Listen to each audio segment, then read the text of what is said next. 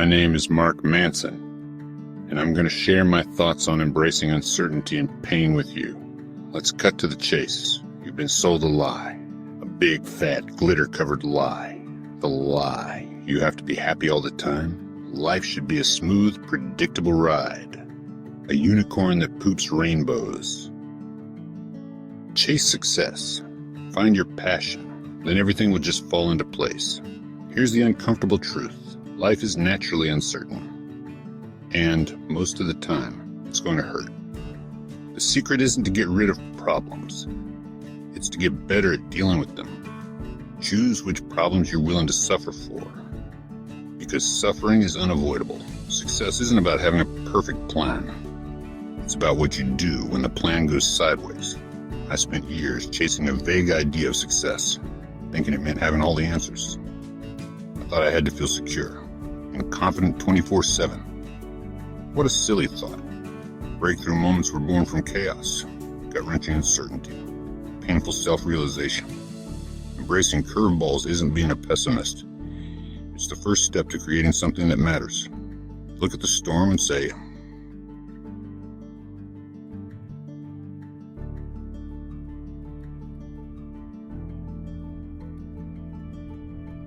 embracing curveballs isn't being a pessimist.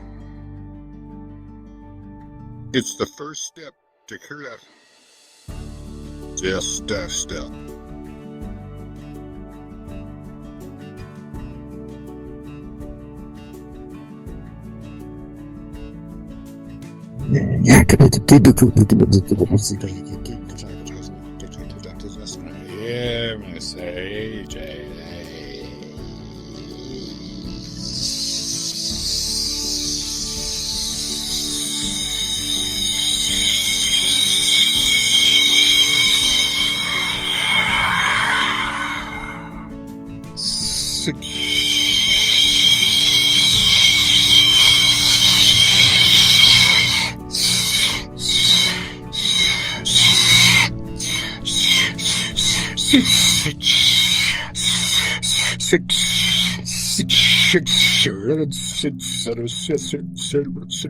We're upset to take risks. Want something known. Accepting that you don't have all the answers is okay.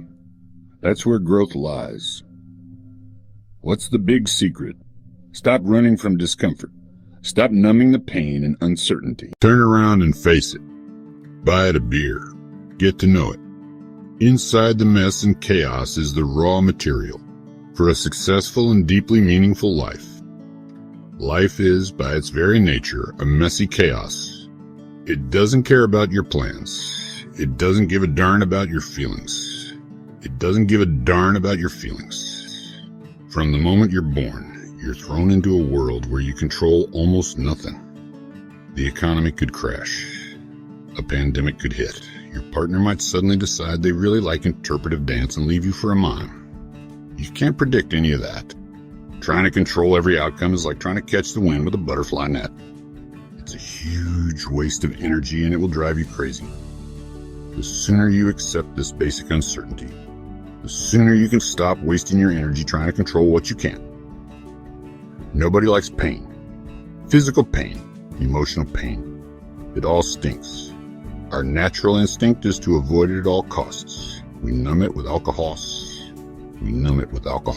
We distract ourselves with endless scrolling, or we pretend it's not there. We treat pain like an enemy to be defeated. But what if pain wasn't the enemy? What if it was just a messenger? A very loud, annoying messenger that won't leave you alone until you get the message. Pain is your body and mind's way of telling you something is wrong. A value is being threatened. A belief is being challenged. Ignoring it is like ignoring the fire alarm because the noise is annoying. Think about the gym. When you lift weights, you're intentionally causing pain. You're literally tearing your muscle fibers. In response to that damage, the muscle will get stronger.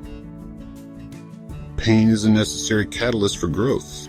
The same principle applies to emotional and psychological pain. A painful breakup forces you to rethink your ideas about love and relationships. Getting fired from a job you hate can be the push you need to go after what truly matters to you. Pain is a signal. Change, adapt, grow. We've built a culture that treats pain like a sickness. we see it as failure or weakness. Think positive. That's like putting a smiley face sticker over an open wound.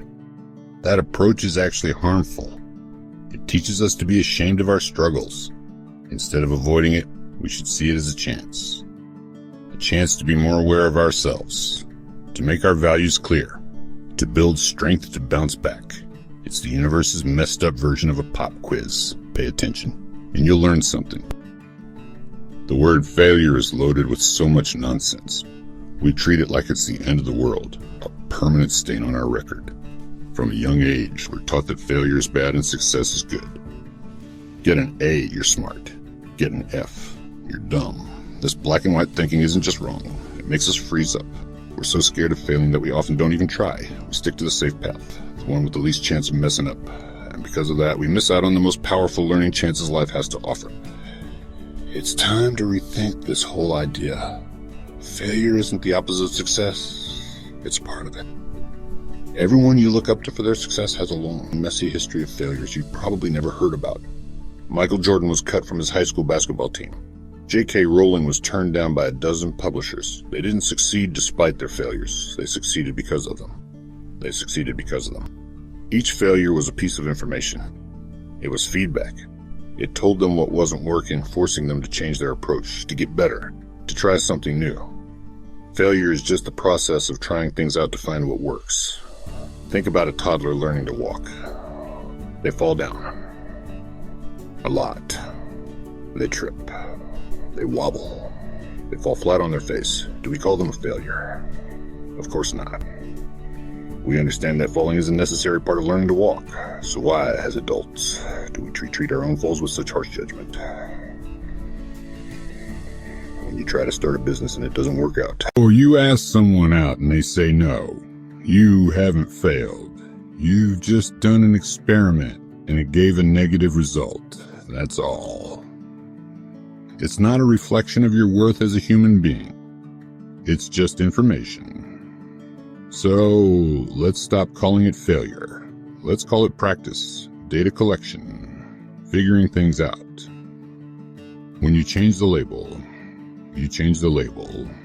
You change the emotional weight. It's no longer a verdict on your character, but simply a step in a process. This change in perspective is freeing. Our desperate search for certainty is, ironically, a prison. Resilience isn't something you're born with. It's not a magic trait given to a lucky few. Resilience is a muscle, and like any muscle, it's built through resistance. It's forged in the fires of adversity. Every time you face uncertainty and you don't fall apart, you're doing a bicep curl for your soul. Every time you experience pain and choose to learn from it,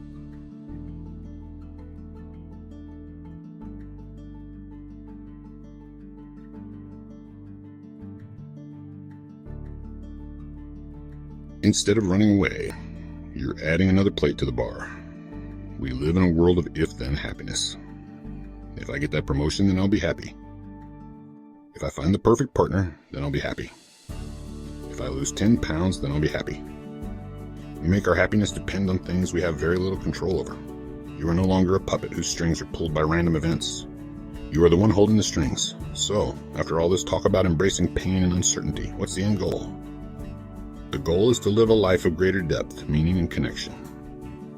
By accepting the inevitable and unpleasant parts of life, you free yourself to care about what really matters. The true victory is looking back and knowing that you didn't run away from the hard things, and you built a life with substance because of it. That's a success worth caring about.